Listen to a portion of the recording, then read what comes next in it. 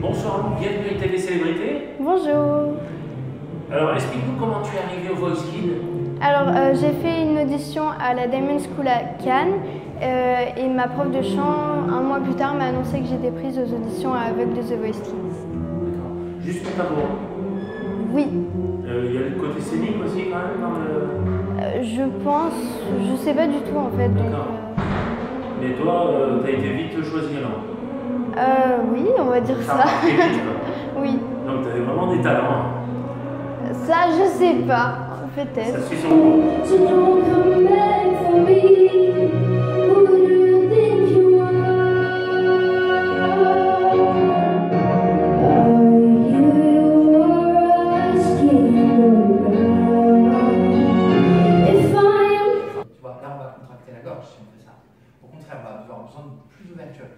L'image, c'est de penser ton son dans la largeur, ok? Quelque chose de large.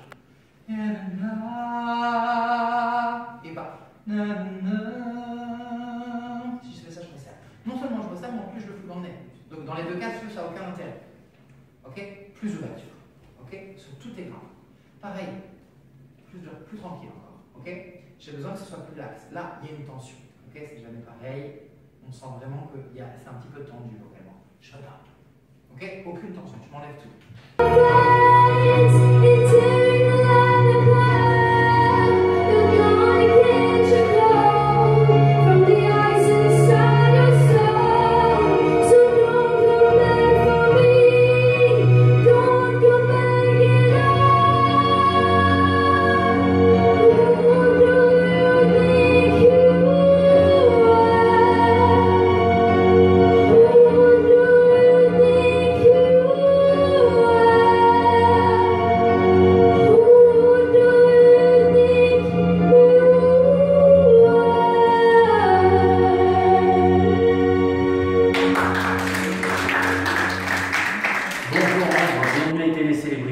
Bonjour.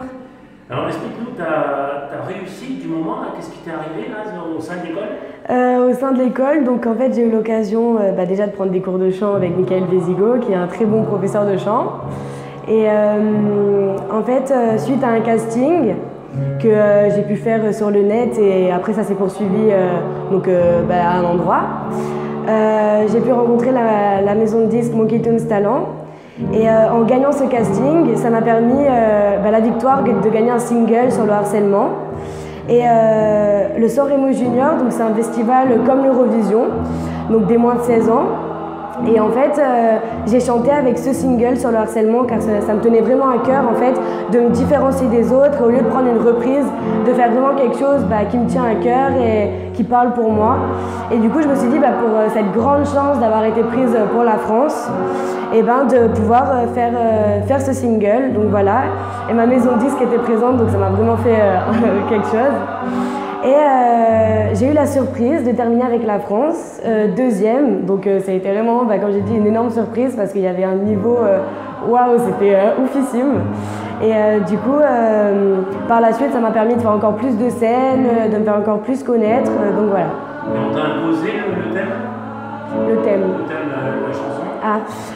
Non, non, pas du tout. On m'a pas du tout imposé le thème du harcèlement. C'est parce que, en fait, j'ai voulu choisir ce thème car je l'ai vécu pendant un an suite à mon changement physique. Donc, comme vous pouvez le voir, je suis quelqu'un de très différente et ça m'a rendue en fait très très forte. Donc, du coup, j'ai vécu vraiment des choses compliquées. Et du coup, quand j'ai pu avoir l'opportunité de faire mon premier single, je me suis dit, je vais faire pour les gens qui subissent ça tout le temps, toute la journée, tout le temps. Et je vais leur parler, je vais leur faire passer un message sur ce premier single en leur disant qu'il ne faut jamais baisser les bras parce que moi j'ai réussi à me battre et je m'en suis sortie et qu'il faut être comme on est et s'accepter comme on est. Et tu as quel âge? J'ai 14 ans.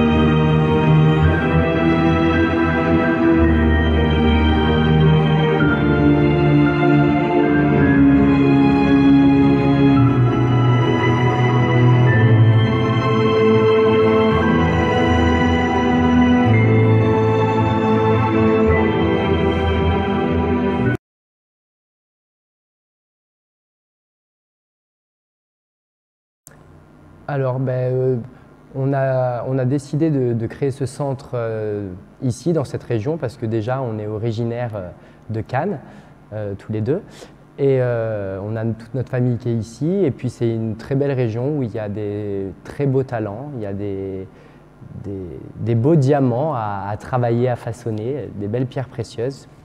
Et donc voilà, on a voulu faire ça ici pour pas s'éloigner tout simplement. Et après, on a eu aussi la chance de trouver cet endroit qui est magnifique, qui est spacieux, qui est grand, où on peut faire tout ce qu'on veut et où on n'a aucune limite en fait.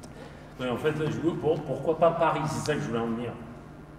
Pas Paris parce que ça existe déjà, parce que parce qu'on a eu envie de le faire là, parce que ça n'existait pas dans la région, parce que personne ne l'a développé jusque-là. Il existe des écoles de danse, il existe des écoles de chant, il existe des écoles qui présentent une discipline, mais nous, notre force, c'est d'avoir tout regroupé en une seule et même structure. Voilà. Ouais, et puis pourquoi Paris déjà parce qu'en fait, il faut arrêter le mythe de Paris. Exactement. C'est une erreur de penser ça. Aujourd'hui, tout le monde se dit ouais, mais pour faire de la chanson, pour rentrer dans le showbiz ou pour danser, il faut aller sur Paris. C'est faux. C'est faux pour une raison très simple, c'est qu'aujourd'hui, on va chercher les talents beaucoup en province. Pourquoi? Parce que chez nous, il y a quelque chose de différent. Apparemment, et ça, c'est pas nous qui le prétendons, c'est les chargés de casting et les directeurs de casting qui viennent directement à l'école faire leur marché, on peut appeler ça comme ça. Par exemple, le centre est aujourd'hui parrainé par Bruno Berberes, qui est le directeur artistique et le directeur de casting de The Voice. D'accord? Chaque année, il vient puiser dans les talents de l'école pour faire des rencontres artistiques et puis pour mettre des gens sur ses émissions ou sur ses comédies musicales. De tout temps, plein d'artistes viennent d'ici et on est venu les chercher. Voilà. Paris, c'est génial, c'est fantastique. Évidemment, pour faire ce métier-là, c'est encore mieux d'y être. Mais en vrai, c'est intéressant aussi d'y être quand on a mis un pied dedans. Sauf qu'en termes de formation, on n'a rien à envier à Paris. C'est pas une question de prétention. C'est qu'aujourd'hui, notre équipe, je ne parle même pas que de nous, aujourd'hui, la Diamond School, c'est une équipe de 10 professeurs parce que toutes les disciplines sont proposées, le new style, le hip-hop, le street jazz, le contemporain, le classique. On a fait aussi de la pole dance, on a du théâtre, on a de l'expression scénique, du chant, bref, tout est proposé. Et tous nos professeurs sont de qualité. Évidemment, on les a choisis pour être à nos côtés, donc c'est qu'automatiquement, ils sont très bons. Donc aujourd'hui, on sait qu'on dispose de la structure nécessaire, 700 mètres carrés dédiés aux arts de la scène. Ça fait de nous, je crois, la 3e ou 4e plus grande école de France. Donc en termes de surface, on ne peut pas s'en plaindre. Et notre équipe pédagogique et nous-mêmes, on a la formation aujourd'hui pour leur donner la même chose. Sinon plus. C'est prétentieux si je dis ça, mais je le dis quand même. Non, je voulais juste justement que vous souligniez ça. Parce que Paris égale, on est les meilleurs. Mais c'est quelque chose qui est ancré beaucoup, encore maintenant. Hein. Sauf que maintenant, il y a une grande différence, c'est que depuis qu'on a ouvert, depuis qu'on a les résultats qu'on a avec Benoît, de nos artistes qui font des émissions de télé, qui ont fait des comédies musicales, qui sont sur des spectacles, tout ça, des gens qui remportent des concours nationaux et internationaux de danse, par exemple. Il faut savoir qu'en vrai, on se rend compte que les gens maintenant n'ont pas peur de déménager et de venir s'installer dans la région pour suivre notre formation. Et ça ne se voyait qu'à Paris, jusqu'à il n'y a pas longtemps. Et maintenant, c'est le cas. Il y a des gens qui viennent s'installer, déjà parce qu'ils se disent le soleil, c'est mieux que la grisaille, premièrement, et en plus parce qu'ils savent qu'ils vont disposer d'une formation équivalente, tout au moins, et qu'ils auront les mêmes possibilités d'évolution et de pouvoir faire ce métier-là. Et ça, surtout chez les adultes, mais aussi ce qu'il faut se dire, c'est qu'une formation, ça peut commencer très jeune. Je veux dire, on a des élèves qui veulent devenir artistes et qui pourront certainement devenir artistes et qui nous disent ça déjà à 6 ans, 7 ans. Et donc, dans notre région, il y a des enfants et donc à nous aussi de travailler de la bonne manière avec eux. Je pense que c'est ce qu'on essaye de faire et c'est ce qu'on fait pour les guider dans leur chemin et dans leurs rêves. C'est marrant parce que tout à l'heure, Benoît disait il y a plein de petits diamants dans la région, mais en fait, tout le concept de l'école tel qu'on l'a pensé tous les deux, parce que tout a été fait, on a tout fait ensemble, et on a pensé ce concept, justement, pourquoi Diamond School? Parce qu'on part du principe qu'on parle toujours de pépites dans ce talent-là, mais nous, on parle de diamant. Et un diamant, en fait, c'est une pierre précieuse, mais qui, une fois taillée, ciselée, devient quelque chose d'encore plus brillant. Et en vrai, notre travail à nous, c'est de faire jaillir le diamant qui est en chacun d'eux, tout simplement. D'où le nom Diamond School. Chaque salle porte le nom d'une pierre précieuse. Ici, on est dans la salle diamant parce que c'est la plus grande. En haut, la salle bleue, c'est la salle saphir. La rouge, que vous avez vu, c'est la salle rubis. Donc, on essaye de garder ce concept-là. Et c'est pour ça qu'en vrai, c'est un vrai concept. C'est pas simplement une école parmi tant d'autres. On essaie de se différencier, mais pas pour faire genre, comme on dirait, mais simplement parce que le concept est pensé vraiment de A à Z. C'est quelque chose de très important. Donc oui, effectivement, on a des diamants dans le sud de la France. Nous, on est là pour les préparer, les tailler, les ciseler. Et on essaie de leur faire vivre leurs rêves, mais par-dessus tout, de leur permettre de s'exprimer, parce que c'est un moyen d'expression, l'art. qu'elle soit dans la peinture, dans le chant, dans la danse. C'est un moyen d'expression. Aujourd'hui, les gosses qui viennent là, du plus petit au plus grand, ils viennent parce qu'ils ont des choses à dire, ils ont des choses à raconter. Et que ce soit par leur corps ou par leur voix, ils ont besoin de s'exprimer. Et aujourd'hui, je pense que quelqu'un qui prend une formation à Diamond School, l'avantage, c'est que je pense qu'il est rempli de quelque chose. C'est pas des gosses comme les autres, c'est pas parce que c'est des nôtres, hein, mais ils sont pas comme les autres, dans le sens où ils ont cette chose qui les anime. Je pense que dans la société dans laquelle on vit, dans le monde dans lequel on vit, avoir des enfants, des jeunes, des ados, même des adultes, moi j'ai des gens qui viennent en cours qui ont 60 ans passés, Benoît il a des danseurs qui viennent qui ont 50 et 60 ans aussi. Ils viennent chercher quelque chose qui leur permet de s'exprimer et de se sentir bien. Et par les temps qui courent, c'est pas mal de sortir d'un endroit et d'avoir passé 1h30, 2 heures à se sentir bien, tout simplement. Et je répète, il faut arrêter avec le mythe parisien. Exactement.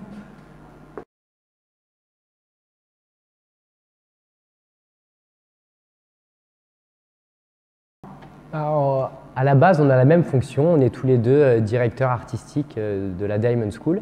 Par contre, on a chacun notre discipline. Michael, c'est le chant et moi, c'est la danse. Surtout moderne jazz et contemporaine, parce qu'après on a toute une équipe qui est là pour toute la Diamond Team en fait, qui est là à nos côtés. Mais on s'occupe chacun de notre partie et puis on regroupe aussi nos idées souvent. C'est quand même les grandes disciplines de l'école, le moderne jazz. Il y a quelqu'un qui s'occupe aussi de l'administratif des deux, vous avez... J'avoue que Benoît est un petit peu plus là-dedans. Je m'en occupe un peu, mais on est aussi entouré parce que tout seul on ne peut pas s'en sortir non plus. On a énormément de temps dans nos cours, on a énormément de temps dans les préparations des cours, dans les spectacles, dans les répétitions, donc il faut avoir quelqu'un aussi pour nous épauler. On ne les lâche pas, hein. Quand un élève à Benoît va en concours, peu importe où dans la France, il est avec lui, il le suit. Quand on a un élève qui va sur une émission de télé, on est avec lui aussi. On ne les lâche pas dans la nature non plus, on les accompagne jusqu'au bout. On les laisse s'envoler quand ils partent pour une carrière, comme quelques-uns des artistes qu'on a formés avec Benoît et qui aujourd'hui font des carrières. Les horaires, évidemment, vous ne les comptez plus? Non, non, surtout pas. C'est bien 16 heures par jour? Je crois que de toute façon, quand on a une entreprise, en vrai, on ne compte pas 16 heures. Oui. Mais en plus, quand on a une entreprise, mais qui est à la base un métier de passion comme nous, les heures, on ne les compte pas. Et puis même quand on ferme, il faut savoir qu'on ferme l'école, il est 23h déjà, parce qu'il y a des ateliers échanges jusqu'à 23h ici. Moi, les derniers cours, je les donne jusqu'à 23h. Donc le temps de fermer tout ça, voilà, ça va vite. Mais au-delà de ça, on n'arrête jamais parce que c'est un métier de créa. C'est un métier de création. Benoît, il n'y a pas un moment où il ne me parle pas d'un nouveau tableau qu'il a pensé ou d'une ouverture de spectacle qu'on a imaginé. Voilà, parce que voilà, comme on a des shows toute l'année, vu qu'on a une compagnie professionnelle au sein de l'école, on est obligé d'être constamment en train de penser à tout ce qu'on fait. Et c'est vrai que pour le coup, c'est une vie d'être artiste en fait, c'est pas une fonction. Donc à ce moment-là, même si c'est notre métier d'enseigner, c'est de l'art. Donc l'art, ça ne nous lâche pas. Quand on rentre à la maison, en fait, il est toujours présent. Et il guide notre vie et nos émotions, nos joies, nos peines, tout ça. C'est nos élèves qui nous font vibrer et qui nous font vivre tout ce qu'on vit aujourd'hui. Donc vous pensez que vous n'êtes pas trompé, vous êtes bien lancé dans les beaux métiers que vous vouliez au fond de vous. Oui. Hein, Ouais, oui. Dont on avait besoin, en fait, je pense. Voilà, aussi. Hein.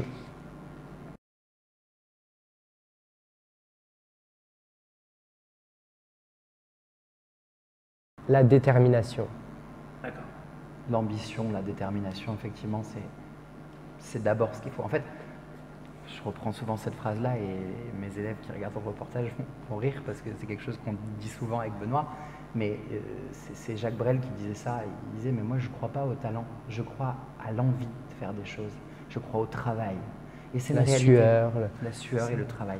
C'est la réalité parce qu'en vrai, c'est bien beau, mais souvent les gens qui sont très talentueux naturellement ne sont pas les plus grands bosseurs de la planète. Mais quelqu'un qui n'a pas forcément le don de base va travailler tellement plus. Et on en est des preuves tous les deux.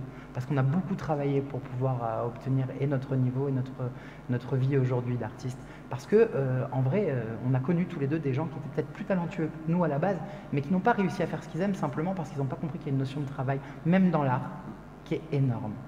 On est là réellement pour leur dire, voilà, si tu as envie de faire des choses, si tu es déterminé, et si évidemment tu as quand même quelque chose qui fait que tu peux faire ce métier, tu y arriveras.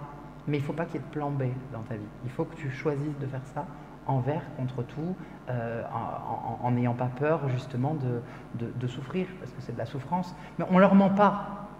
On n'est pas dans un concept où on est là pour leur mentir, on est là pour leur dire la vérité. Et la vérité, c'est qu'être artiste, c'est un métier d'élite. Et donc, comme tout métier d'élite, il y a beaucoup d'appelés et peu d'élus.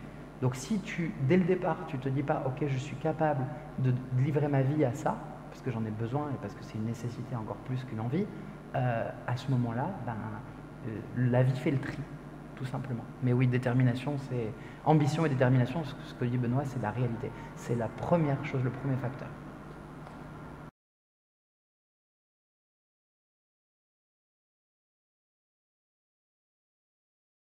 On produit nos spectacles.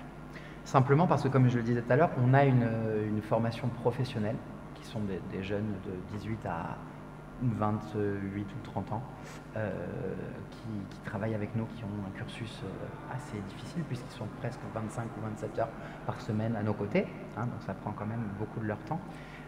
Et donc, des comités d'entreprise achètent le spectacle que l'on monte chaque année, qui est sur un thème différent. Et parfois nous produisons, c'est-à-dire qu'on a 2 ou 3 dates dans l'année, 4 dates, même avec le show de fin d'année, que nous produisons nous-mêmes.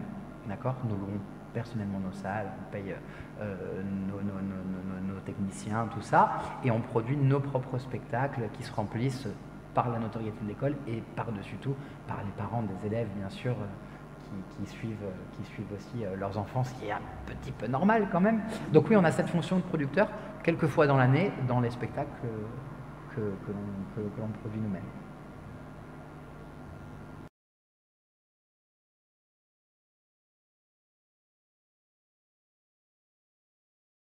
Tout se passe à Paris, c'est une réalité. Maintenant, Benoît, dans la danse, a ses contacts de danseurs qui lui permet déjà de faire venir des intervenants régulièrement. Je pense à Julie Magneville, je pense à Alexandra Lemoine, à Chris Leyo qui est descendu aussi, qui sont des chorégraphes. Chris Leyo a travaillé pour Tal, Julie Magneville a une compagnie, elle a chorégraphié une émission qui s'appelle So You Think You Can Dance, qui est une des plus grosses émissions. Sabrina Lonis. Sabrina Lonis qui est venue il n'y a pas longtemps aussi, qui a fait un stage avec énormément de monde aussi. Voilà, donc ça, c'est les contacts de Benoît qui l'appellent pour pouvoir justement faire venir en masterclass et faire en sorte que les gamins aussi prennent un peu des choses d'autres personnes que nous aussi, c'est important. Oui, j'ai vu qu'il y avait Dovatia qui venait chez vous. Alors, c'est un petit peu différent, c'est-à-dire que, comme je le disais tout à l'heure, on a Bruno Berberes qui est le parrain de l'école. On est aussi parrainé par Laurence Guillet, d'accord, qui a qui a été directrice de casting de plusieurs émissions. Je pense à Rising Star, je pense à la Bataille des Chorales sur TF1 aussi. Elle a fait, je crois qu'elle a fait Nouvelle Star aussi. Elle a fait Gulli sur l'émission des enfants. Nouvelle génération. Voilà, l'école des fans Nouvelle Génération, où elle nous a pris une dizaine d'enfants qui ont fait des primes avec Corneille, avec Tal. Donc on est bien d'accord, vous êtes bien implanté quand même, hein? On est extrêmement bien implanté. Ça, c'est bien. Vraiment. Mais en fait, on est bien implanté parce que ces contacts-là, on les a eus par notre parcours professionnel chacun. Bien compris, vous êtes des grands professionnels. Et qu'il n'y a pas besoin de monter à Paris. Non, voilà, c'est un petit peu l'idée, mais après, oui, on est obligé d'avoir ces contacts. Si Benoît n'a pas de contact avec les professionnels de la danse et que moi j'en ai pas avec les professionnels du chant, c'est un petit peu embêtant. Alors effectivement, comme on a chaque trimestre des évaluations pour les classes de formation professionnelle, il nous arrive d'avoir des invités de marque et c'est vrai qu'on a la chance d'avoir eu pas mal de chanteurs professionnels qui sont venus. On a Pierre Soupa qui est venu aussi sur nos évaluations, et l'année dernière on a eu Dovatia qui était quand même un grand moment pour les artistes. Imaginez ces jeunes qui aspirent à faire ce métier-là se retrouver devant le producteur des 10 commandements, de Mozart l'opéra rock, de la légende du roi Arthur, du roi Soleil, genre c'est Monsieur Dovatia quoi. Nouvelle Star, il a été avec Marianne James et Manoukian la grosse figure de Nouvelle Star de l'époque. Donc c'est vrai que oui, quand on l'a eu ici, c'était un super honneur et il nous a vraiment honoré de sa présence. Je pense qu'il est venu aussi parce que on ne vient pas par hasard. Il sait aussi qu'il n'allait pas peut-être s'ennuyer parce qu'il a eu ses échos à Paris, comme quoi il fallait y descendre dans cette école. Donc je suis assez content parce que ça prouve que oui, on s'intéresse à nous. Et c'est important, quand on s'intéresse à nous, c'est qu'il y a quelque chose qui existe, autrement on ne s'intéresse pas trop, tout simplement quoi.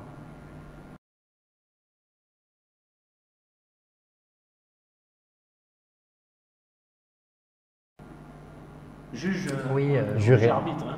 Oui, ça Ouais. nous arrive de juger Ouais. des concours de la région. Il y a des concours de jeunes talents. Avec Benoît, on s'est déplacé plusieurs fois sur un concours de jeunes talents à Nice qui s'appelle le concours Passion Chant. Après, il y a des concours aussi comme à Drape, je crois que ça s'appelle les Étoiles en scène aussi, où je suis membre du jury aussi.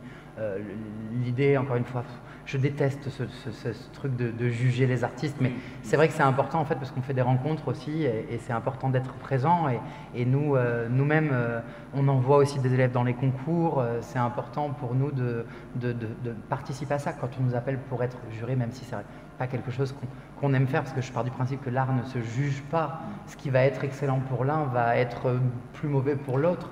C'est hyper subjectif, Oui, l'art. puis c'est pas spécialement que pour ça qu'on les envoie. Moi, je sais que je les envoie beaucoup en concours de danse parce que j'ai besoin qu'ils gèrent leur stress, voilà, qu'ils se confrontent aussi à d'autres niveaux, qu'ils puissent se comparer sans dire voilà, elle est meilleure, elle est moins bonne. Non, mais juste de voir qu'on est entouré et qu'il y a des talents de partout et qu'il faut être toujours déterminé et avoir toujours l'envie d'aller plus haut pour réussir. Des fois, d'aller les chercher. Ça. Donc c'est vrai que oui, on a fait plusieurs choses. Je pense aussi au concours de jeunes talents de Méreuil aussi, où on avait été tous les deux. Après, quand c'est vraiment du concours plus chant, c'est sûr que j'y vais un petit peu plus. Moi, mais je pense aussi à cette année, par exemple, on a eu la lourde tâche d'être chargé de casting pour The Voice, puisqu'on avait le directeur de casting qui était à l'étage, et il a fallu, sur la masse qu'on avait au départ, il y avait 200 candidats qui sont venus, et il a fallu essayer de sélectionner, cibler, de sélectionner un maximum de gens. C'est des grosses responsabilités en vrai, parce que bon, on sait ce que ça représente pour ces gosses de se présenter sur une émission comme Voice, sauf que le directeur de casting, il attend de nous qu'on soit impartial aussi, lui faire monter des gens qui n'ont pas le profil de l'émission, ça n'a pas d'intérêt pour lui, quoi, tout simplement. Donc c'est pour ça que, je vous le dis, on le fait, parce qu'on doit un petit peu le faire aussi, mais c'est pas toujours une partie de plaisir, parce qu'on n'est pas là pour casser les rêves des gens, et c'est vachement difficile. Moi c'est pas une place que j'aime trop avoir, je le fais parce qu'il faut le faire. Mais après, je suis ravi de rencontrer les jeunes. J'y vais pour rencontrer des artistes sur scène quand je le fais. J'y vais pas pour démonter des gosses ou ça ne m'intéresse pas. Quoi. Parce que vous êtes des grands professionnels, vous sentez bien les choses. Et on vous a appelé pour l'étranger aussi déjà? Londres, Los Angeles? Alors, on a eu une petite aventure à Los Angeles il y a quelques années de ça. On était dans une autre école où on enseignait tous les deux, où on est parti à Los Angeles pour faire des représentations là-bas à Beverly Hills. On a gardé un petit peu quelques contacts aussi là-bas. D'ailleurs, on y retourne. On y retourne cette année avec notre formation professionnelle. À Los Angeles, en février. Ah, j'y serai avant vous. Eh ben, c'est pas grave. Voilà, et on y va pour qu'ils puissent découvrir les talents américains, parce qu'en fait, je ne veux pas qu'ils s'arrêtent qu'à la France. Oui, il y a un très bon niveau en France, mais les Américains, ce qu'ils ont, c'est ça, c'est la détermination dont on parlait avant. C'est l'excellence. Et donc j'ai envie qu'ils puissent se confronter à eux, qu'ils puissent aussi travailler d'une manière différente, parce que la France a sa méthodologie, l'Amérique a la sienne. Et je pense que voilà, de découvrir d'autres danseurs, de faire d'autres rencontres, de travailler avec les plus grands chorégraphes qui travaillent aujourd'hui avec Beyoncé, avec Rihanna, C'est pour ça qu'on les amène dans les deux plus grosses écoles de danse du monde, que sont le Millennium Dance Complex et Edge À Los Angeles? à Los Angeles. C'est vraiment des établissements où il y a des stars qui vont carrément monter leur chorégraphie avec des danseurs du Millennium. New York, il n'y a rien de spécial? Alors, aussi New York, on en revient cet été, on a été y faire un tour aussi. Ce qui est intéressant, nous, il y a des destinations qui sont intéressantes pour nous. Vegas et New York et Los Angeles. C'est des points culminants. Pourquoi? Parce que Vegas, on a vu tous les shows du Cirque du Soleil. Et c'est une référence de mise en scène. Et simplement, quand on va voir un show du Cirque du Soleil, on sort, on est un peu dégoûté des fois, parce qu'on se dit, on ne pourra jamais rivaliser avec ce genre de choses, parce que c'est des spectacles qui sont montés avec des millions et des millions d'euros. Parce qu'on peut avoir l'idée pour faire les choses, mais il faut avoir les moyens aussi. Ça, c'est pas toujours facile. Mais c'est vrai que c'est hyper intéressant, parce qu'on revient avec tellement de choses dans la tête. Vous aurez sûrement un programme un jour qui fera que les Américains seront peut-être intéressés. C'est un petit peu plus complexe, ils ont tellement de choses chez eux. Ouais. Donc c'est vrai que voilà, New York, c'est plus pour les musicals, d'accord, où on a été voir pas mal de musicals, pareil pour s'inspirer un petit peu, sachant que nous on se dit pas une école de comédie musicale, c'est pas la même chose. Oui. Il faut faire De vraiment la spectacle distinction. On est une école de musical. spectacle. On est une école de spectacle, c'est-à-dire que oui, dans la manière dont c'est fait, il y a de la mise en scène, il y a du chant, il y a de la danse, il y a du théâtre, certes. Mais le musical est un concept vraiment à part. Je pense par exemple à des écoles qui sont spécialisées, d'accord, dans la comédie musicale. Ce n'est pas notre cas à nous. On est là pour allier toutes les disciplines. Nos spectacles sont chantés en live, dansés et mis en scène, certes, mais ce n'est pas de la comédie musicale. Oui, parce qu'on ne veut pas former un artiste que dans une seule direction. J'ai des gens en cours qui veulent devenir voilà, danseurs dans des compagnies professionnelles de contemporain, de classique, d'autres qui veulent faire de la comédie musicale, d'autres qui veulent suivre l'enseignement et devenir professeur de danse. Oui, professeur de danse, professeur de chant, et d'autres qui veulent. Donc on essaye d'être le plus complet dans la direction artistique. Si on se limitait qu'à la comédie musicale, on oublierait des choses en vrai. Donc, parce qu'il ne faut pas oublier, quand je prends des acteurs comme Hugh Jackman, Patrick Swayze, qui ont fait différentes disciplines. Aux États-Unis, on travaille le chant, la danse. Bien sûr. Voilà. Mais c'est la grande différence avec la France. C'est que là-bas, quand on était là-bas, on était hallucinés de voir ça. C'est que les gosses, le matin, ils vont en cours jusqu'à 13h. À 13h, ils ont leur pause déjeuner. Ils vont manger jusqu'à 14h. À partir de 14h jusqu'à 17h, ce ne sont que les activités artistiques. Voilà comment ils sont éduqués, les Américains. Donc oui, effectivement, quand on regarde à la télé et qu'on voit les performeurs qu'ils sont, mais c'est parce que depuis gosse, depuis tout petit, ils ont déjà cette aptitude à la scène et à l'art en général, quoi. Il faut qu'ils fassent des cours de théâtre, des cours de claquettes, des cours de chant, il faut qu'ils choisissent. Mais ils ont toutes leurs après-midi pour faire ça. Nous, ici, il faut être en sport-études pour pouvoir le faire. On a des élèves qui sont en sport-études, qui sont à l'école de Stanislas ou de Sainte-Marie, qui vont en cours le matin et l'après-midi qui sont avec nous. Mais allez, sur 400 élèves, ça doit représenter peut-être même pas 3-4%, 5%. C'est tellement peu, alors que ce serait tellement mieux de pouvoir travailler de cette manière. Bon, je ne vais pas refaire l'éducation nationale, ça c'est un autre sujet. J'ai oublié les claquettes aussi, c'est vrai. Ça a été un moment, Jane Kelly, tout ça. Oui, voilà, exactement. Ça aussi. Exactement. C'est le musical, c'est vrai. Exact.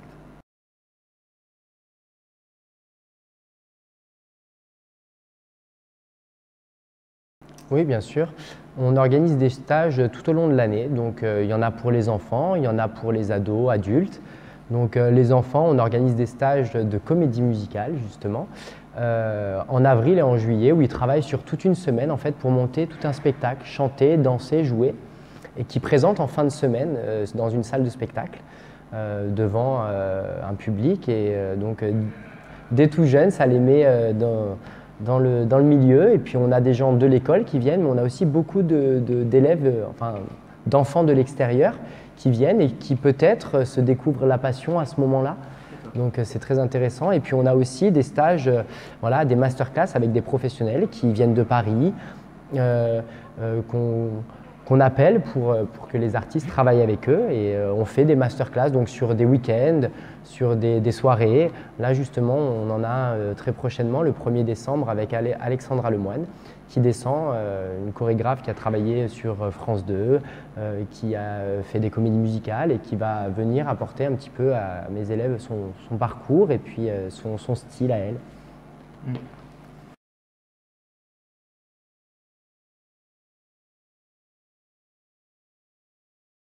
Alors, déjà pas mal de représentations, puisque on va enchaîner les représentations.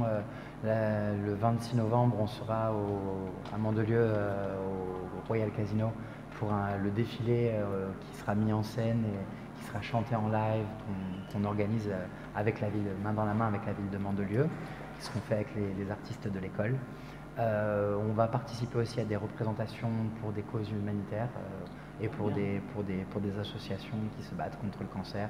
Une représentation le 20 janvier à Miramar pour lutter contre le cancer, une représentation dimanche prochain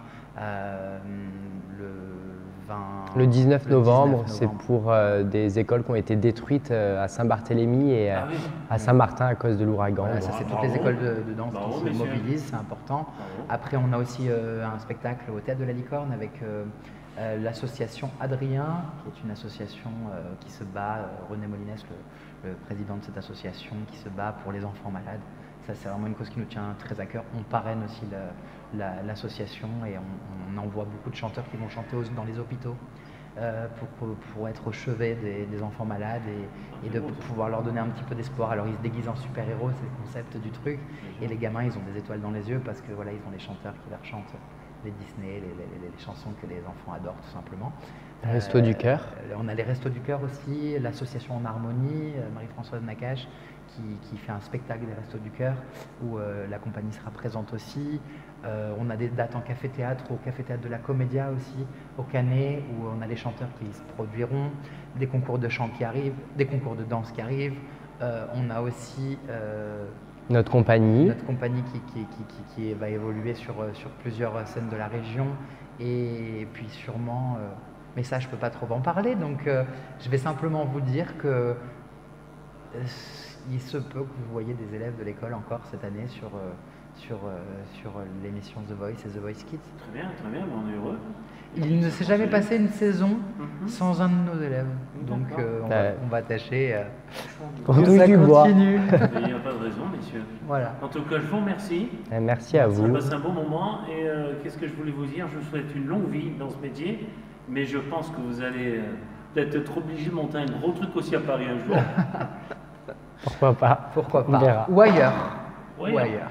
exact. Ça, c'est. Pourquoi pas Los déjà Angeles? Là, ça fait loin, par contre, pour être dans les deux.